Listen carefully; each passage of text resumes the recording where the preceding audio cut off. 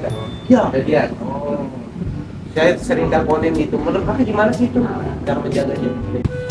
dalam prospek karir dan peluang yang dimiliki dalam era saat ini. Kalau di kayak sebuah tempat aja sih, sebuah tempat untuk menyalurkan atau IT pokoknya IT bahasa B, bahasa C. Nah itu sebenarnya kita. Halo guys. Jadi selamat pagi, saya Alwaliatun Robiah dan ini kebetulan adalah teman saya. Hai. Saya kedatangan tamu dari perusahaan Enigma Camp dan Nah, kita langsung panggil aja yuk narasumbernya.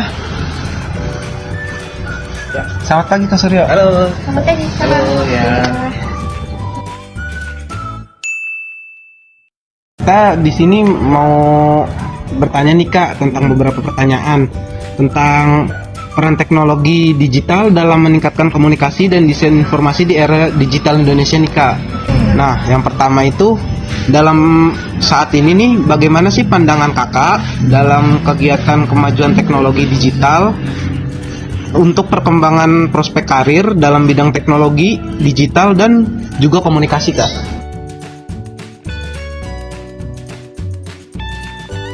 Oke, kalau prospek saat ini ya dan kedepannya itu sangat-sangat luas sekali ya. Ditambah sekarang itu semua serba digital. Nah itu teman-teman di sini mungkin tahu AI dan lain-lain ya.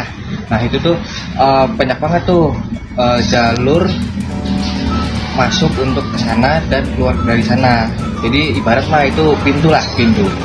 Itu jadi pintu yang bisa membuka luas lowongan-lowongan kerja ke depannya.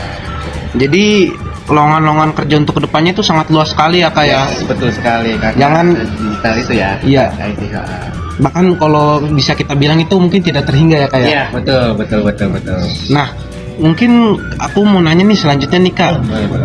Jadi menurut Kakak apa sih tantangan utama dalam menghadapi atau menjaga keamanan data dalam teknologi digital yang semakin berkembang ini? Soalnya nih di Indonesia nih baru-baru ini nih ya Kak ya. Betul. Itu tuh ada hacker, Ya. kita kebobolan, data-data kita dijual gitu. Nah, contohnya mungkin saya nih Pernah gitu juga? iya, Kejadian. Oh. saya sering teleponin gitu. Menurut Kakak gimana sih itu cara menjaganya? Jadi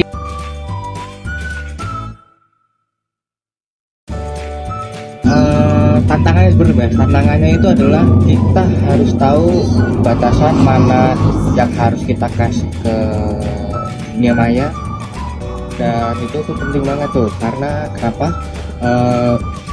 nggak bisa semua kita kasih data pribadi kita kasih semua ya biar dah sudah selesai.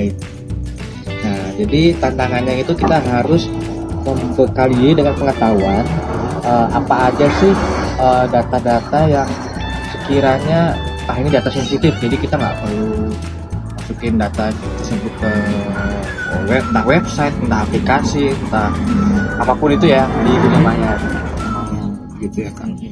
Mungkin teman saya mau nanya hal Boleh lain. lagi gantian ya. nah jadi ya Kak, sebagai seorang IT itu dalam melakukan pekerjaan Kakak ini apakah Kakak pernah mengalami kendala dalam menyusun suatu program atau tidak?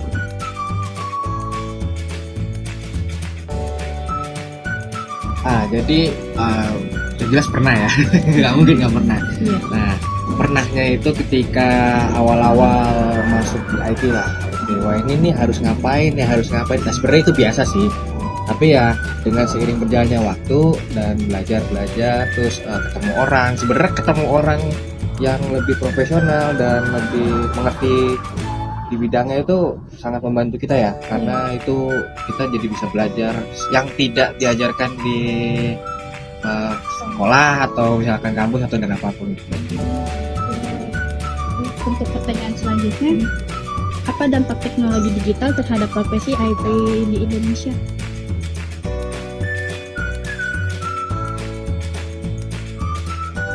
Digital ya terhadap IT. Nah kalau di digital itu sebenarnya kayak sebuah tempat untuk IT itu bisa luas ya. Digital tuh kayak bisa dibilang sosmed itu masuk gak sih? Masuk ya, bisa ya kan. Itu tuh jadi kayak sebuah tempat aja sih, sebuah tempat untuk menyalurkan atau IT pokoknya yang IT ini kita bisa perform di digital gitu loh. Jadi bisa di situ di sebuah tempat lah. Untuk selanjutnya Kak, pertanyaannya bagaimana perkembangan dunia IT dalam prospek kerja dan juga apa kelebihan dan kekurangan yang Anda rasakan sebagai IT dalam prospek karir dan peluang yang dimiliki dalam era saat ini di Indonesia.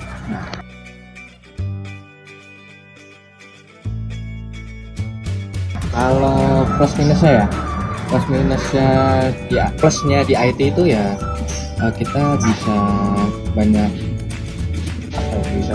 mencoba sesuatu hal baru. Apalagi dunia IT kan cepat sekali ya perkembangannya ya. Jadi ya gitu. Jadi sebenarnya plus dan minusnya ya kita minusnya sih bukan minus jatuhnya ya, lebih ke tantangan. Jadi kita harus cepat belajar gitu. Gak bisa yang namanya nunggu hype dulu lah ini, misalkan AI ya, nunggu hype dulu AI-nya. Nah itu nggak bisa, ketinggalan nanti. Sebelum AI itu hype, kita juga udah harus nyoba begitu Pak. Mungkin dari Farel udah kita katakan. Oke Kak, nih tadi kan teman saya sudah bertanya bagaimana sih perkembangan dunia dalam IT terutama di Indonesia. Nah aku mau nanya nih Kak, sekarang nih Kak, keahlian apa aja sih yang harus kita punya gitu untuk menjadi seorang IT yang terampil dalam dunia kerja? Soalnya kan sekarang tuh ada yang bilang bisa program ini, bahasa ini, bahasa itu gitu. Tapi pas dicek cuman bisa dasarnya doang gitu. Menurut Kakak gimana? Apa itu yang harus dilatih lagi?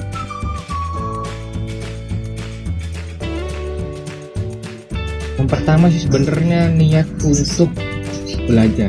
Niat belajar itu karena gini, dalam suatu perusahaan terkadang kita nggak cuma butuh satu bahasa pemrograman aja. Ternyata saya misalkan butuh bahasa A, bahasa B, bahasa C.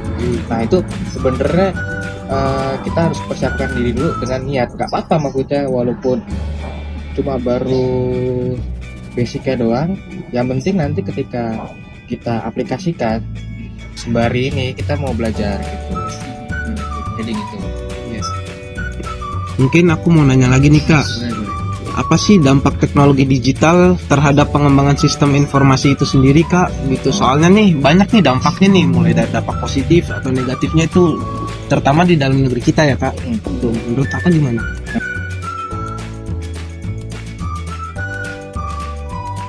Dampak digital yang positif sih ya, menurutku itu kita bisa menjangkau sesuatu secara cepat dan luas sebenarnya. Cuma ya minusnya negatifnya ya informasi cepat masuk dari mana-mana masuk.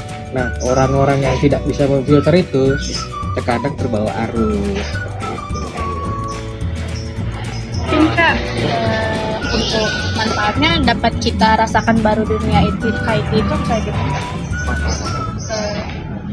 Apa manfaat yang dapat kita rasakan baru?